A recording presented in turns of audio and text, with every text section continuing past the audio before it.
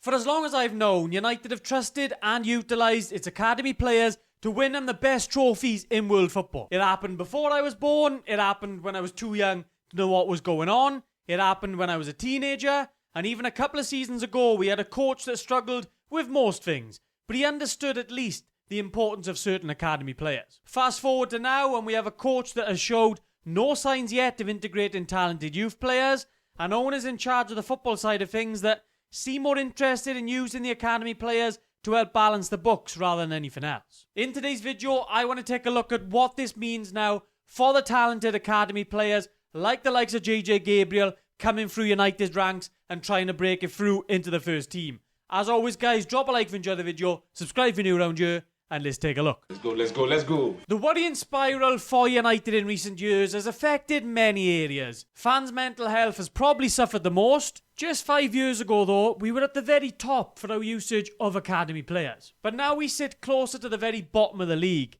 And look who's top of that list. We love to berate City for their lack of traditions at their club, but if United aren't careful, we'll fall even further behind our neighbours on and off the pitch. Yeah, just pain. It was pain everywhere. And yes, we still have that record of having an academy graduate in every matchday squad since 1937. But for the first season now, this has really felt truly more of a gimmick rather than anything else. Hell, even Everton this season has given more minutes to Carrington graduates than United themselves have. Why is this such a bad thing then? Well, you see players like JJ Gabriel coming through, one of the biggest talents for his age group that we've ever really seen at United. He's really that good. Surely them and their families now are looking at the state of United and wondering if it's best, if they've got the opportunity, maybe it's best to move away. We've never really felt that players would have felt that way in previous seasons. Yes, it obviously has happened, but largely we're thinking that we've got the best environment for these academy players. But I'm not really seeing that anymore. While the likes of Gabriel has been training with the first team along with others, there still doesn't really seem to be much of a pathway right now. Especially for a talented attacking player right now. You're looking at the football that United are playing. You're looking at the amount of attacking players United have in their starting 11 in the matchday squad. The way recent academy talents have been treated as well. When you add all that up, it's not hard to see why they'd be looking elsewhere. In our recent home game versus Everton, if Shea Lacey can't see an appearance there, then when can he? And Amorim has shown over and over again his lack of trust in youth players. Even in the summer, he was asking for the likes of Emi Martinez over Lamens as he prefers that experience. And looking at the past, the Makeda strike would have never happened if Fergie didn't show that trust in him. Rashford would have never burst onto the scene the way that he did without that faith in him by Van Gaal. Even Ten Hag, who did mess up certain academy player situations, but even he knew how good Mino was, and he knew that was an opportunity that he wasn't going to miss out on. So he played him from the very beginning. On whatever side of the debate you stand on with Mino, there's no doubt now that other academy players will be looking at the situation that Mino's been thrown into, and they're going to be looking and questioning their own futures at the club because of that now. A club that at one time an academy player knew if they were good enough they would get that chance. But it's not looking like that so much now.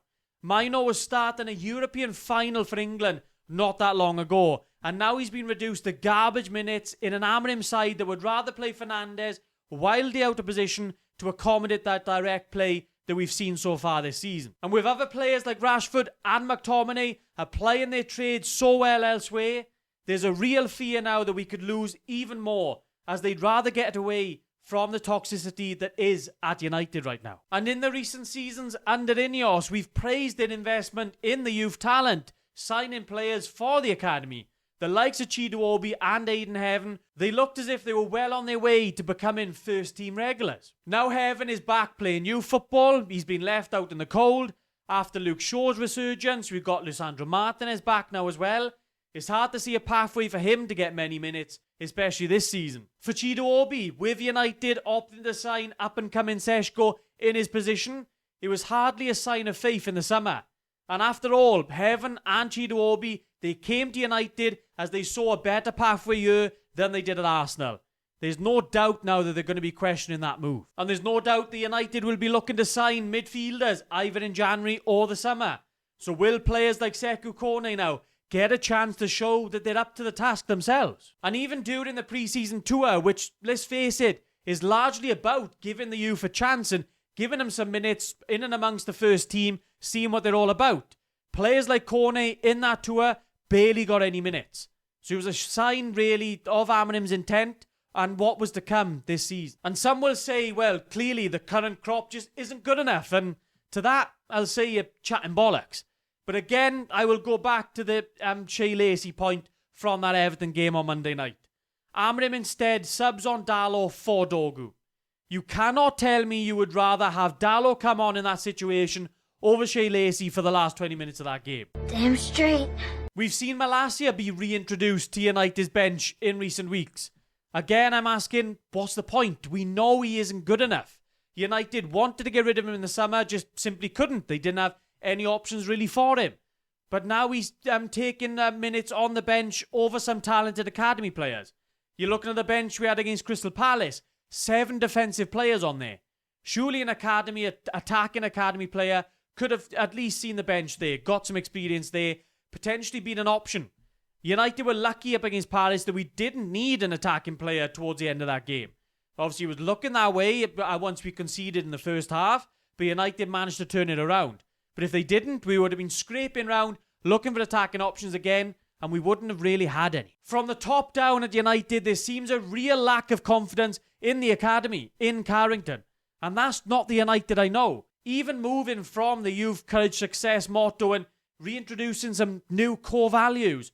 I mean, what's that all about? The way we've handled certain players' loan spells, the way Ineos seems to see the academy as more of a money-making tool rather than anything else. It doesn't sit right for me, especially from the best in class. It's all yet more evidence of that downward spiral that could really affect how our academy is viewed in years to come.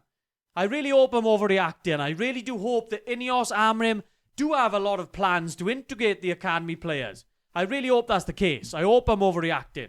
But from what I've seen, given the current evidence of this ownership regime and of the coach, I'm just not seeing it right now. I could be proved wrong. Shea Lacey could come off the bench up against West Ham, Wolves, and I could obviously be left with egg on my face. I hope I am. I hope the minor situation is resolved. If not, I'd like to see him get a loan in January, put him out of his misery, because clearly something isn't right now. But let me know your guys' thoughts down in the comments down below. Do you see it as much of an issue as I do, or do you think the United are just going through one of those situations right now? Let me know down in the comments, guys. As always, if you enjoyed the video, drop it a like, subscribe if you're new around here. I'll catch you in the next one.